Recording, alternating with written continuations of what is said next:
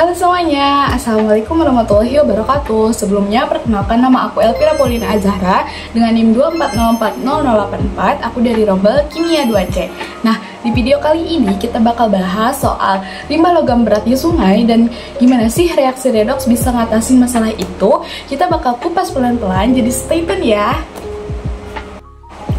Oke teman-teman, jadi reaksi redoks itu adalah reaksi yang melibatkan perpindahan elektron. Ada yang menerima elektron, itu disebut sebagai reduksi, dan ada yang kehilangan elektron, itu disebut sebagai oksidasi. Nah, kenapa sih reaksi ini penting buat ngatasin limbah logam berat? Itu karena logam kayak kromium yang bentuknya itu Cr6+, itu super beracun. Tapi kalau kita ubah dia jadi Cr3+ lewat reaksi redoks, itu sifatnya jadi jauh lebih aman. Nah, jadi reaksi redoks ini semacam sulap kimia yang bisa mengubah zat berbahaya atau beracun itu jadi nggak terlalu bahaya lagi. Selanjutnya, dari soal ini kita bakal menganalisis mana yang reduksi dan oksidasi dan mana reduktor dan oksidator. Untuk reduksi itu adalah Cr2O72- menjadi Cr3+, itu adalah reduksi karena dia menerima elektron. Sementara untuk oksidasi itu ada di Fe2+ menjadi Fe3+, dia itu oksidasi karena dia melepas elektron. Nah, jadi yang sebagai oksidator itu adalah Cr2O72-. Kenapa? Karena dia ini menerima elektron. Sementara untuk yang jadi reduktornya itu adalah Fe2+. Kenapa? Karena dia nyumbang elektron. Kenapa sih Cr6+ itu harus banget diubah jadi Cr3+? Jadi gini teman-teman, Cr6+ itu adalah bentuk kromium yang bahaya banget. Dia ini bisa nyebabin kerusakan ginjal, gangguan saraf, sampai kanker. Nah, selain itu dia juga mudah larut di air, sehingga ya gampang juga buat masuk ke tubuh kita. Sedangkan Cr3+ ini jauh lebih stabil, dia juga susah larut di air dan tingkat toksisitasnya itu jauh lebih rendah. Nah, makanya penting banget buat kita buat mengubah Cr6+ ini menjadi Cr3+, biar air limbahnya itu ya gak bahaya gitu bagi kita manusia dan juga bagi lingkungan. Jadi teman-teman, sekarang ini pemerintah kita pakai reaksi redoks buat netralin limbah logam. Dan menurutku ini pilihan yang sangat bagus. Karena apa? Karena kalau misalkan kita bandingin nih sama metode filtrasi misalnya, nah dia ini cuma bisa nyaring, tapi dia nggak bisa mengubah sifat kimianya. Jadi yang Cr6+ itu, yang tadinya beracun, dia tetap beracun, kayak gitu. Sementara kalau misalkan kita bandingin juga nih sama metode pengendapan, kalau pengendapan itu ya bisa aja sih dia efektif, tapi biasanya itu dia ninggalin limbah lumpur yang masih beracun. Sementara kalau misalkan kita pakai reaksi redoks ini, itu keren banget. Karena apa? Karena dia ini benar-benar mengubah sifat kimianya gitu, yang tadinya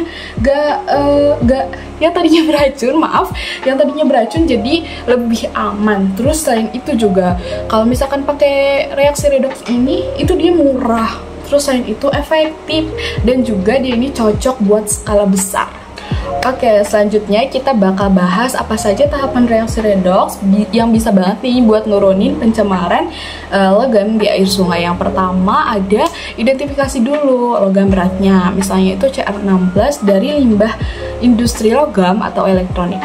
Nah, itu biasanya dilakukan lewat uji laboratorium. Setelah itu kita tentukan nih jenis zat reduktornya. Itu yang contoh yang biasa dipakai itu ada Fe2+, tapi kalian juga bisa pakai senyawa lain yang emang dia ini gampang gitu buat nyumbang elektron. Lalu campurkan zat reduktor itu ke dalam air limbah. Nah, di situ kan akan terjadi reaksi redoks di mana Fe2+ ini akan melepas elektron dan Cr6+ ini akan menerimanya. Nah, Cr6+ ini yang tadinya beracun itu akan berubah menjadi Cr3+ yang sifatnya itu jauh lebih aman, jauh lebih stabil, dan juga dia nggak akan gampang larut di air. Oke, the last one, menurutku penjelasanku tadi itu udah termasuk ke konsep reaksi redoks itu sendiri. Dimulai dari definisi reaksi redoks itu seperti apa, siapa yang menjadi reduksi, siapa yang menjadi oksidasi, dan bagaimana reduksi itu terjadi, bagaimana oksidasi itu terjadi, siapa yang menjadi reduktor, siapa yang menjadi oksidator, sampai manfaatnya dalam kehidupan nyata. Nah, apabila pengetahuanku ini masih kurang, aku akan refleksi ke diri aku sendiri untuk belajar lebih lanjut lagi dan cari tahu lagi bagaimana sih reaksi redoks ini bisa bermanfaat lebih baik, lebih bagus bagi kita manusia dan juga lingkungan di sekitar kita. Itu aku akan mempelajari dasar-dasarnya, karena reaksi redoks ini ada juga di SMA dan itu menurutku dasar-dasarnya itu di situ.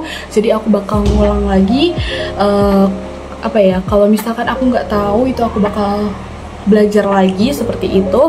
Dan juga aku bakal lebih baca-baca artikel ataupun jurnal begitu, dan juga mungkin dari video YouTube seperti itu dan lainnya yang memang mungkin bisa membantu aku dalam memberi pengetahuan tentang reaksi redoks ini.